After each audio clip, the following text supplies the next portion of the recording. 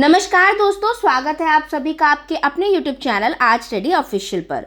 तो दोस्तों आज हम बात करेंगे संसद के शीतकालीन सत्र के छठे दिन की, जो विवादों, प्रदर्शनों और चर्चा से भरा रहा। तो हुआ ये दोस्तों कि विपक्षी दलों ने अडानी और उत्तर प्रदेश के संबल में हुई हिंसा को लेकर सरकार के खिलाफ प्रदर्शन किया। तो वहीं दूसरी तरफ दोस्तों केंद्रीय संसदीय कार्य मंत्री किरण रिजिजू ने संसद की कार्यवाही बाधित करने पर विपक्ष को आड़े हाथ लिया। तो दोस्तों जैसा कि आप सब जानते हैं कि पिछले 6 दिन से संसद का ये जो शीतकालीन सत्र चल रहा है वो विवादों में ही है और डेली संसद में हंगामा हो रहा है। तो आज अपने इस वीडियो में हम जानेंगे कि किस तरह संसद में इस पूरे गतिरोध को खत्म करने के लिए पक्ष और विपक्ष दोनों के बीच समझौता हुआ और संविधान की चर्चा की तारीखें तय हुई।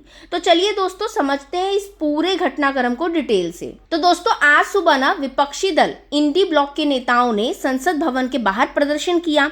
अब प्रदर्शन में कांग्रेस नेता राहुल गांधी और प्रियंका गांधी शामिल हुए। उनका आरोप था कि अडानी समूह पर अमेरिका में लगे आरोपों पर चर्चा होनी चाहिए। साथ ही दोस्तों उत्तर प्रदेश के संबल में हुई हिंसा को लेकर भी उन्होंने सरकार से जवाब मांगा।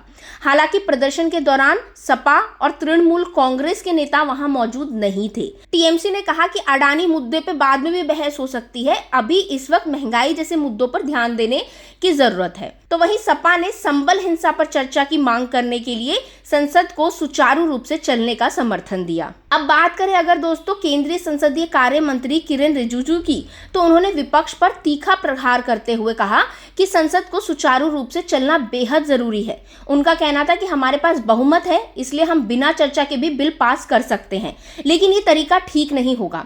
विपक्ष को ये समझना चाहिए कि संसद बाधित करना ना देश के हित में है और ना उनके हित में। इसके अलावा दोस्तों रिजिजू ने ये भी स्पष्ट किया कि किसी भारतीय पर विदेश में लगे आरोपों को बार बार संसद में उठाना सही नहीं है। उन्होंने बताया कि 13-14 दिसंबर को लोकसभा में और 16-17 दिसंबर को राज्यसभा में संविधान पर चर्चा होगी। अब दोस्तों सोमवार को लोकसभा स्पीकर ओम बिरला की अध्यक्षता में पक्ष और विपक्ष दोनों ही नेताओं की बैठक हुई और इसमें तय हुआ कि संसद को सुचारू रूप से चलाने के लिए जरूरी कदम उठाए जाएंगे।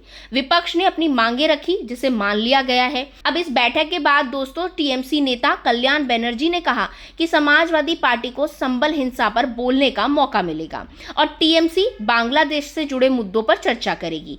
ये सहमति संसद के कामकाज को आगे बढ़ाने के लिए एक सकारात्मक कदम माना गया है। आपको बता दूं दोस्तों कि भारत में संविधान को अपनाए जाने के 75 साल पूरे हो चुके हैं और इस मौके पर 13-14 दिसंबर को लोकसभा और 16-17 दिसंबर को राज्यसभा में संविधान पर विशेष चर्चा होने वाली है। अब सरकार और विपक्ष दोनों ने इस चर्चा को लेकर सहमति जताई है। अब ये समझौता दोस्तों इसलिए भी इम्पोर्टेंट है क्योंकि बीते हफ्ते संसद का ज्यादातर समय हंगामे की भेंट चढ़ गया। अब ये देखना होगा दोस्तों कि ये चर्चा किस दिशा में जाती है और क्या इससे देश को कोई नई राह मिलेगी। अगर बात करें दोस्तों कांग्रेस की, तो कांग्रेस ने ना शुरुआत में एक सख्त रुख अपनाया था। कांग्रेस ने कहा था कि जब तक अडानी समूह के खिलाफ जो आरोप लगे हैं उस पर चर्चा नहीं होगी तब तक वो संसद को चलने ही नहीं देंगे। लेकिन अब धीरे धीरे ये रुख थोड़ा नरम होता दिख रहा है। वहीं तृणमूल कांग्रेस यानी कि टीएमसी और समाजवादी पार्टी जैसे दलों ने जनता से जुड़े मुद्दों पर चर्चा की मांग की है।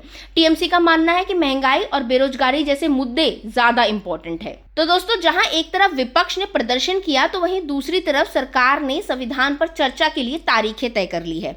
अब देखना दिलचस्प होगा कि आने वाले दिनों में संसद की कार्यवाही किस तरह से आगे बढ़ती है और क्या विपक्ष अपने एजेंडे को मजबूती से रख पाता है। उम्मीद करती हूँ दोस्तों आपको ये वीडियो पसंद आया होगा। अगर हाँ तो इस वीडियो को लाइक करें, शेयर करें और हमारे चैनल आज स्टडी ऑफिशियल को सब्सक्राइब करना ना भूले। अब मिलेंगे दोस्तों अगली वीडियो में, तब तक के लिए थैंक यू।